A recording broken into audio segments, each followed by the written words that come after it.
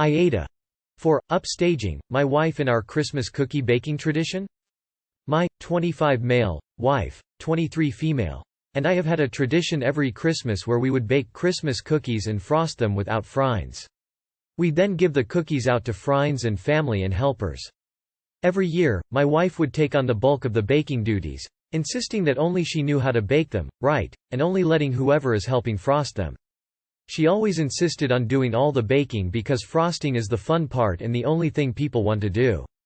Usually this frosting and baking marathon would last until the wee hours of the morning, and start around noon. Well, this year, for reasons that aren't relevant to this post today, she would not be available on the day we normally do all of this. She was sad that we wouldn't be able to do our cookie tradition. I said that I was more than capable of baking the cookies. She seemed to think I was joking and that I could basically never do it myself. Well, I said I'd try, and she wished me a sarcastic good luck. Well, in the run-up to the days of baking and frosting, I start running drills to optimize production. Enter testing and tragic mistake montage. I started rearranging the house in various configurations, running tests on the dough we were using to see how long it took to bake and making appropriate changes while running it by taste testers, substituting ingredients for quicker bake time while preserving taste, making the cookies as thin as possible without comprising frosting ratio, canvas space for creativity, and/or comprising structural integrity, etc. Come the day of baking, I have everything down to a science. As friends and family come in, I give them the rundown. After a couple hours most kinks are worked out, and cookies are flowing out at a breakneck pace. Eventually, we start running out of material. Something that never happened under my wife's aegis. We start making runs to the store for the necessary raw materials to fuel our mighty cookie forges. By the time we were exhausted around 2 a.m., we had produced at least 5 times the amount of cookies we ever had before. Well, my wife gets home a couple days later and is weirdly upset. She insists the cookies taste weird, that we spent too much money, and that I was actively trying to make her look bad by making so much more than her. In truth, I ran blind tests to see if anyone could differentiate between our old recipe and mine, and no one could. I also only spent 40% more than years previous as I slotted in some cheaper ingredients and bought some stuff in bulk, and I had absolutely zero intention of upstaging her. I simply had the goal of maximize cookie production. She says that even if I didn't do it on purpose that I should have thought about how it made her look to out circles and that I have embarrassed her, and she actually called me an asshole. She's never called me an asshole in all 3 years of marriage, so I can't help but think I am. Am I the asshole? IDK if you're TA, but it sounds like you took something she enjoys and was sad about missing and did it without her. I would be sad if someone did that to me personally. Edited to add my vote of not the asshole. Nah. You didn't do anything wrong, per se, and your methods sound fun and add a competitive edge which enhances the excitement for some people. But no one likes to discover that a tradition on which they've spent time and effort and enjoy doing doesn't need them at all to function and may even be better without their hard work. Maybe consider telling your wife how much you and your friends missed her at this year's event, and that you'd rather have her and less cookies than so many more cookies without her. Why are you guys turning something that sounds cool, fun, baking cookies, into something out of Gordon Ramsay? Am I the asshole for announcing my pregnancy news on the same day my cousin announced she was engaged? I, F30, am a part of a extended family group chat on Facebook. My family rarely chat in the group unless there is a big life event happening or we are organizing a family event. Earlier this year, one of my aunties asked if anyone had any life updates to share. My cousin, F30, had a particularly big life update and announced she got engaged to her partner of 7 years first. All the family including myself congratulated her and I was genuinely very happy. I didn't think too much of it at the time, but I thought since we were going around sharing our life updates, I thought it would only be fitting to announce my pregnancy in the group chat as well. All my family congratulated me as well and everyone seemed really excited about my baby news including my cousin. A couple of days later, my cousin messages a long paragraph absolutely furious. She accused me of stealing her spotlight announcing my pregnancy on the same day as her engagement, although she seemed happy for me in the group chat the day before. I immediately apologized to her and felt so guilty after the fact. My cousin never messages me back after my apology and I didn't talk to her again for the rest of my pregnancy. I feel really sad about all this as it's now formed a wedge between my mum and my auntie as they have taken sides. To top it all off, several months later, my beautiful baby daughter was born on the same day as my cousin's birthday. Coincidence, right? I have very recently given birth to a beautiful daughter and I wanted to make a baby announcement on the day she was born. However, I could not bring myself to do it because my cousin just turned 30, which is a huge milestone. I am already not on speaking terms with my cousin and her family just over this and don't want to steal my cousin's spotlight a second time. Although I feel deep down that I have every right to celebrate my daughter's birth and her future birthdays without having to feel guilty of stealing someone else's spotlight just because they share a birthday. I'll take the down votes and go not the asshole with this. Firstly, you were just answering a question, same as your cousin. Secondly, I find it bizarre that society seems to think only one person is allowed news at a time. Thirdly, I also find it weird people seem to think you can only be happy for one person at a time. Fourthly, it's been months and there's a new baby, and people are still sore about an announcement? It's not like you stood up whilst she was saying her vows and interrupted.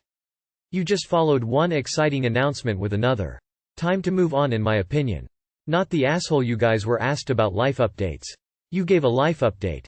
It's no big deal. Your cousin needs to chill out. Also go ahead and tell them about your kid being born. You have every right to want to share the news of your child being born with your family. Woman shrugging, medium skin tone. Am I the asshole for not inviting them to my Christmas party after they didn't invite me to their wedding?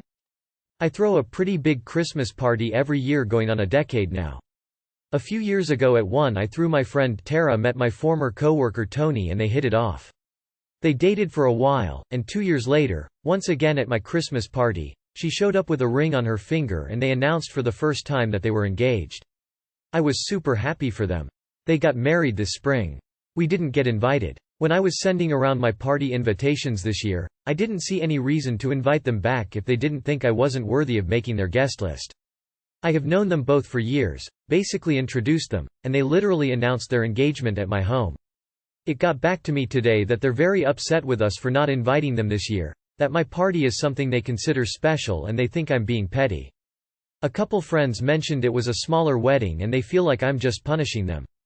It wasn't though. There were probably 200 people there and I knew at least 50 of them, and I was a little surprised at some of the names that made the cut over us.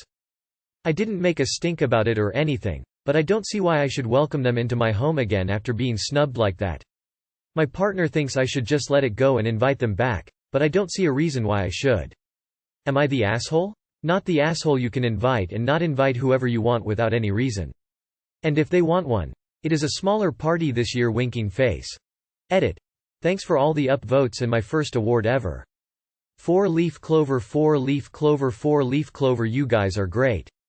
Not the asshole if they can't even invite the person who introduced them to their wedding, then I don't think they should expect an invitation to your Christmas party.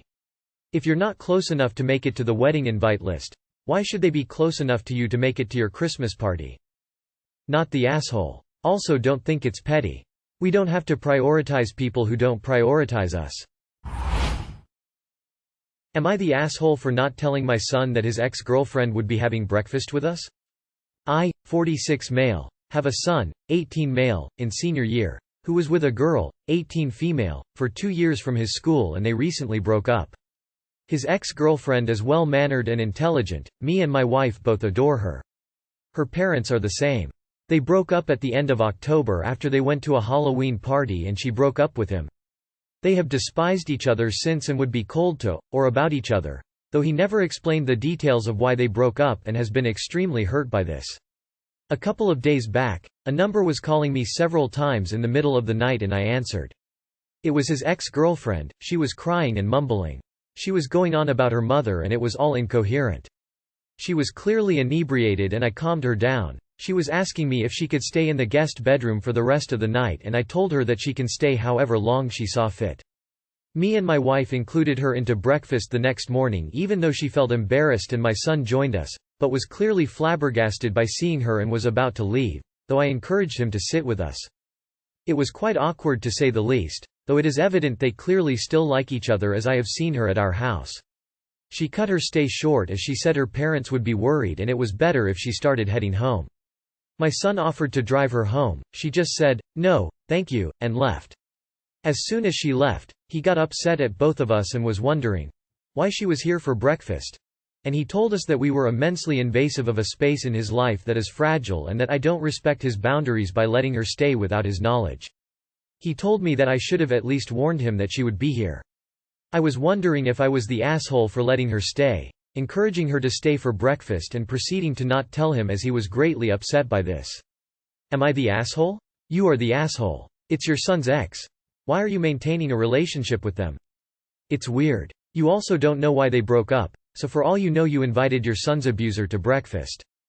You are the asshole for not letting him know she was there.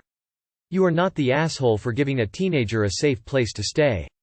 But you should have told your son so he could avoid her or at least be prepared to see her. You are the asshole. He never explained the details of why they broke up and has been extremely hurt by this. You know it's something sensitive. If she really was in crisis and you needed to take her in, I could understand that, but you could have warned him before he got to breakfast. I am, however, confused by this part. It was quite awkward to say the least. Though it is evident they clearly still like each other as I have seen her at our house. She's been at the house since the breakup?